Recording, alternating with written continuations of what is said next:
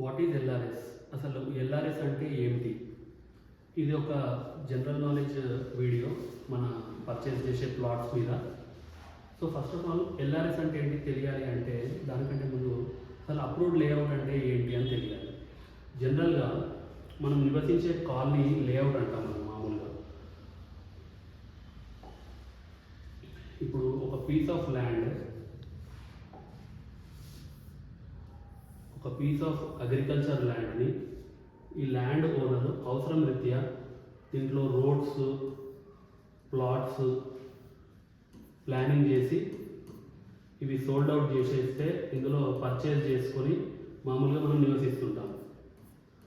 ఇదే వర్క్ ఒక సిస్టమేటిక్గా government departments like DTCP, directorate of town and country planning, GHMC, HMDA నుంచి approval తీసుకున్నట్టయితే దాన్ని అప్రూవ్డ్ లేఅవుట్ అంటారు.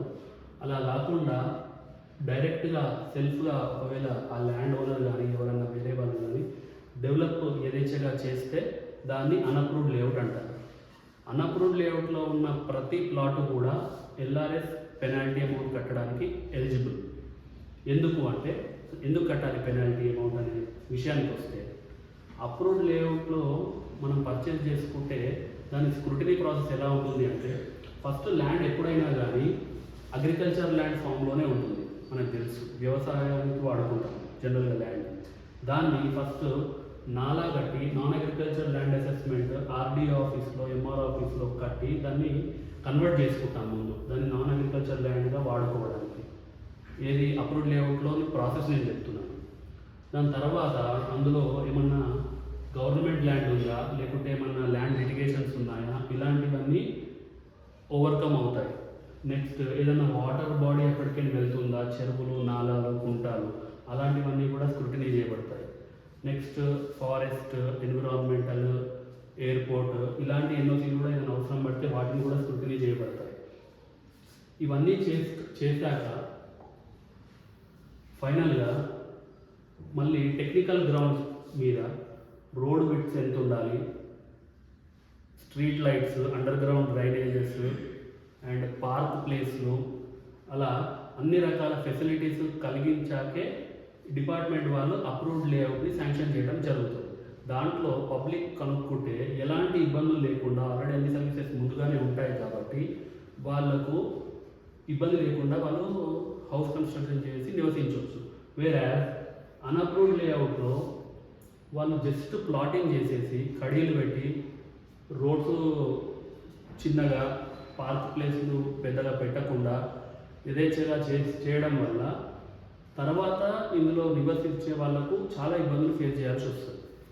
అందుకే గవర్నమెంట్ అప్రూవ్డ్ లేఅవుట్లను ఎంకరేజ్ చేస్తుంది, ఎల్ఆర్ఎస్ని డిస్క్రిమినేట్ చేస్తుంది.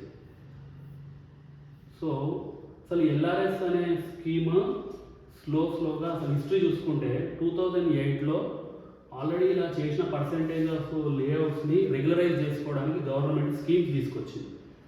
2008లో మాన్యువల్గా ఉండే, తెలంగాణ ఫామ్ అయ్యాక 2015లో హెచ్ఎండిఏకి 10,000 కట్టే సిస్టమ్ ఉండే, తర్వాత మొన్న 2020లో 1,000 రూపీస్ కట్టే స్కీమ్ ఉండే.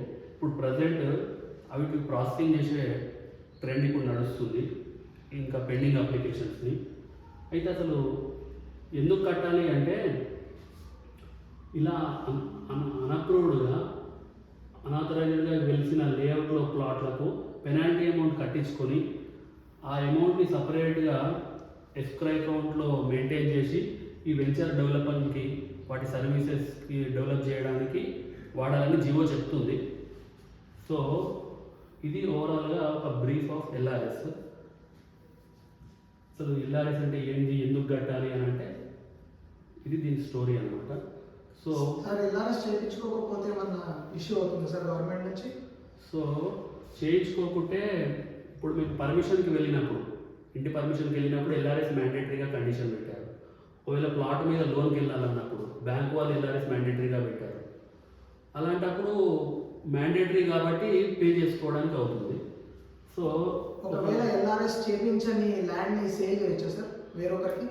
చేయొచ్చు, ఎందుకంటే అది టైటిల్ ఆస్పెక్ట్ అవుతుంది. ఓనర్షిప్ ఆస్పెక్ట్లో ఒకరిదొకరు షేర్ చేసుకోవచ్చు. బట్ అందులో డెవలప్ చేయాలి అంటే ఈ టర్మ్స్ని ఫుల్ఫిల్ చేయాలి.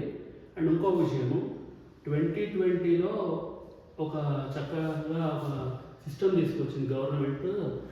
ఏంటంటే ఇలా స్కీములు తెచ్చుకుంటూ పోతూ ఎల్ఆర్ఎస్ స్కీములు రిలీజ్ చేసుకుంటూ పోతూ ఉంటే వెంచర్స్ వెలుస్తూ ఉన్నాయి, మళ్ళీ స్కీమ్ వచ్చినప్పుడు అందులో రెగ్యులర్గా అవుతూ పోతున్నాయి. సో రీసెంట్గా అప్పుడు ఏం చేసిందంటే రిజిస్ట్రేషన్స్ ఆపేసింది.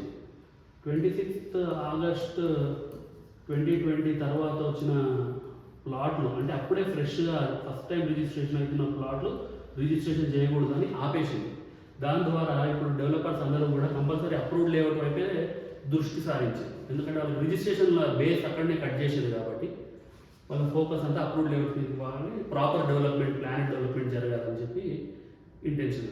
ఒకవేళ 2020లో ఎవరైతే 1000 రూపీస్ పే చేయని వాళ్ళు ఉంటారు కదా సార్, వాళ్ళు ఎల్ఆర్ఎస్ చేయించుకోవాలంటే ప్రొసీజర్ ఏముంటుంది? ఈ కట్ ఆఫ్ డేట్ కంటే ముందు ప్లాట్ కనుక రిజిస్ట్రేషన్ అయ్యి ఉంటే నో ప్రాబ్లం. 1000 కట్టినా కట్టకుండా జస్ట్ ఒక రేట్ డిఫరెన్స్ ఉంటుంది అంతే. రేట్ పరంగా కొద్దిగా బెనిఫిట్ అవుతారు. బట్ ఎల్ఆర్ఎస్ అయితే ఎలిజిబులే. But after this cut off date by chance ఏమైనా ప్లాట్స్ రిజిస్టర్ అయ్యి ఉంటే అవి ఎల్ఆర్ఎస్కి ఎలిజిబుల్ కాదు యాక్చువల్. సో ఇదే లాస్ట్ అవుతుందా ఈ కట్ ఆఫ్ డేట్, మళ్ళీ దీని తర్వాత గవర్నమెంట్ ఏమైనా డేట్ ఎక్స్టెండ్ చేసి పెడతాదా అనేది తెలీదు. ఇది అన్అప్రూవ్డ్ లేఅవుట్స్ని కర్బ్ చేయడానికి, తగ్గించడానికి ఈ స్కీమ్ తీసుకొచ్చిన ఈ డిసిషన్ తీసుకున్నారు రిజిస్ట్రేషన్స్ ఆపడానికి. సార్ ఈ 2025 ప్రాసెసింగ్లోనే 25% రిబేట్ కూడా భాగమా? అవును, ఇది అప్లికేషన్స్ పెట్టి కొన్ని ల్యాక్స్ ఆఫ్ అప్లికేషన్స్ అలాగే ఉండడం వల్ల గవర్నమెంట్ డిస్కౌంట్ ఆఫర్ చేస్తే ముందుకు వచ్చి కట్టేసుకుంటే ఒక టాస్క్ అయిపోతే ప్లస్ రెవెన్యూ కూడా వస్తుందనే ఉద్దేశంతో డిస్కౌంట్ ఆఫర్ ఇచ్చింది యాక్చువల్గా. ఇప్పుడు అప్లై చేయడం వల్ల బెనిఫిట్ ఉంటుందా సార్ పబ్లిక్కి? ఇప్పుడు అప్లై చేయడం లేదు, ఓన్లీ అప్లై చేసిన వాళ్ళది ప్రాసెస్ అవుతుంది అంతే. ఇక 25% డిస్కౌంట్ అంటే బెనిఫిటే కదా జనరల్గా.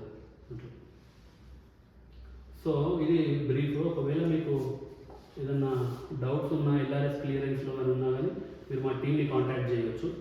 Thank you very much.